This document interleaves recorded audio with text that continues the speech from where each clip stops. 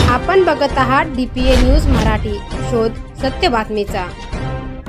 पालघर लोकसभेचे उमेदवार हेमंत सावरा यांच्या प्रचारासाठी उत्तर प्रदेशचे मुख्यमंत्री योगी आदित्यनाथ आज नालासोपारात आले होते।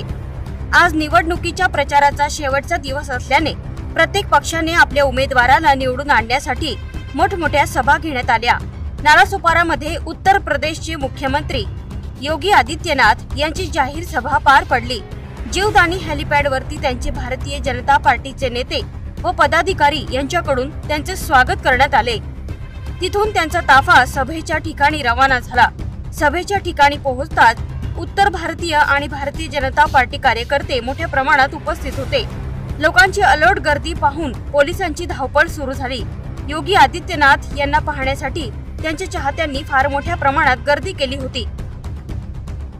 महायुतीचे उमेदवार हेमंत सावरा यांनाच आपण मतदान करावं असे आवाहन योगी आदित्यनाथ यांनी केले आहे।